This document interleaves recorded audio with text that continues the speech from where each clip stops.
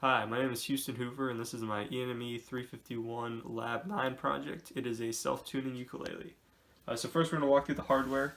So the first thing is we have a ukulele, and what I'm doing is I'm using this Arduino LMV324 microphone and op-amp sensor to sense the sound wave. So each string is going to have a different optimal frequency that it's going to be tuned while it's at that, and when it's not there, it's going to be able to pick up the difference in the frequency.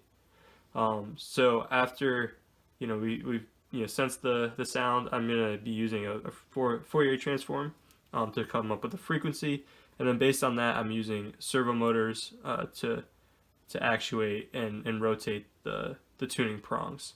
In addition, I have two switches down here, which is basically making a truth table to tell me which string is actually going to be tuning, so it activates a specific servo for each string.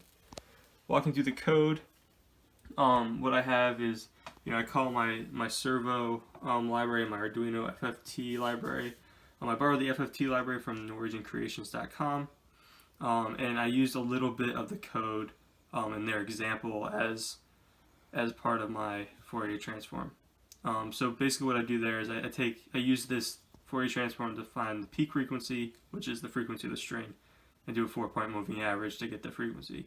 Then it's just a tuning process to turn the servos on, and depending on how far off from the actual frequency it is.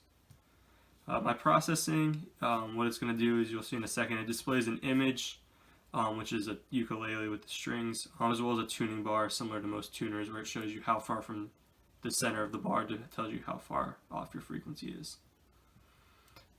So I'm going to start with a demo where I tune the C and E string.